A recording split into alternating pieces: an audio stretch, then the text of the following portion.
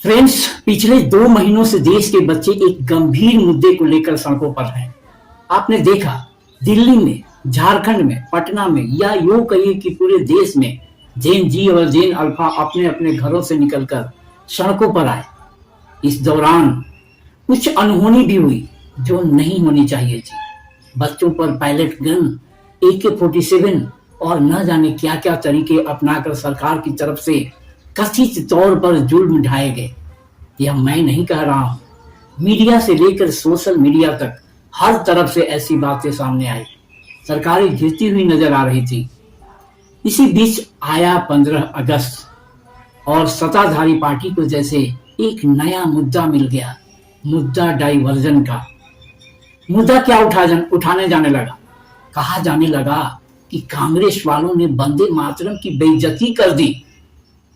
Friends, सच कहूं तो मुझे भी पूरी तरह वंदे मातरम न याद था और न ही उसका सही अर्थ पता था।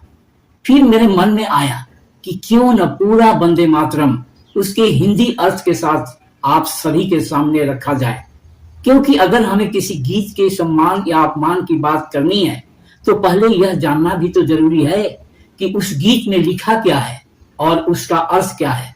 नहीं तो कल को कोई खड़ा होकर कहने लगेगा, अच्छा तुम्हें वंदे मातरम नहीं आता, चलो पाकिस्तान, यहां तुम्हारा कोई काम नहीं है।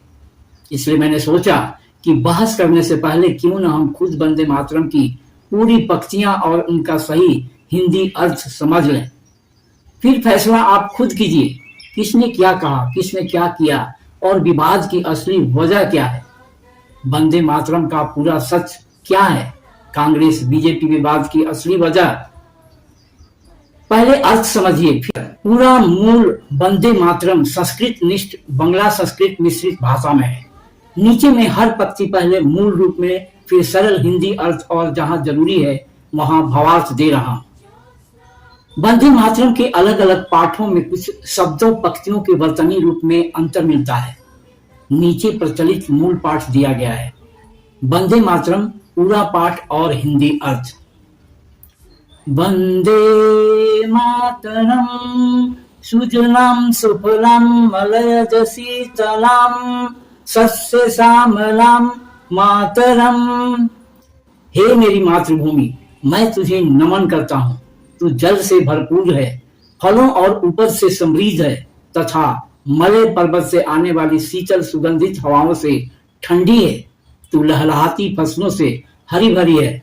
शुभ्र ज्योत्सना पुलकित यामिनीं फूल कुसुमित द्रुम जल शोभिनीं सुहासिनीं सुमधुर भाषिणीं सुखदम वरदम मातरम। हे माँ, चांदनी से नहाई हुई तेरी रातें आनंद से पुलकित हैं।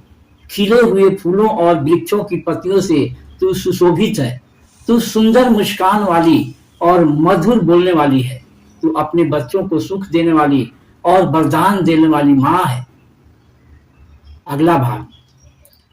कोटि कोटि कंठ कलकल निनाद कराले, कोटि कोटि भुजैर धृत खर करवाले, के बोले माँ तुम्ही अबले बहुबल धारणिम नमामि तारणिम रिपुजल वारिणिम मातरम। करोड़ों कंठों से उठने वाली गूंज से तू अत्यंत शक्तिशाली दिखाई देती है। करोड़ों भुजाओं में धारण किए गए अस्त्र शस्त्रों की शक्ति तेरे साथ है।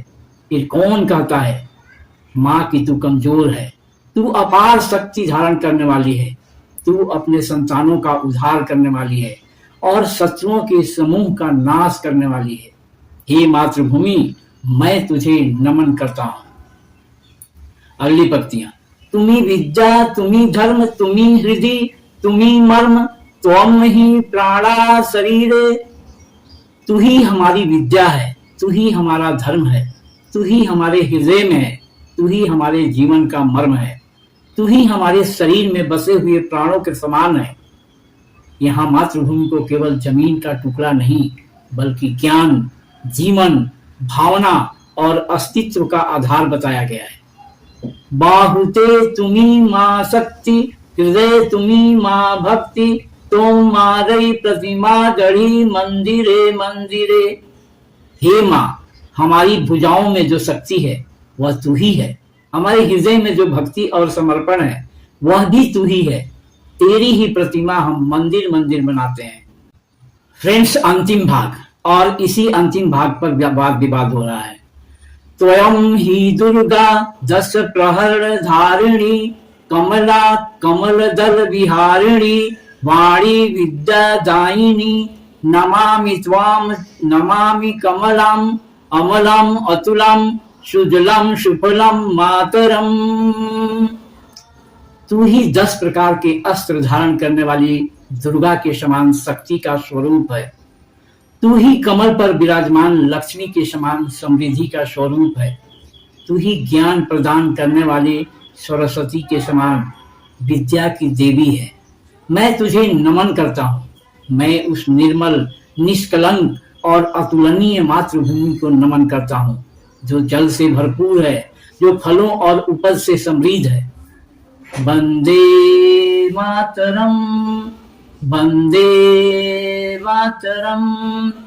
तो दोस्तों, मेरी प्रस्तुति अच्छी लगी हो तो चैनल को सब्सक्राइब कीजिए और वीडियो को बहुत सारे लोगों को शेयर कीजिए। धन्यवाद।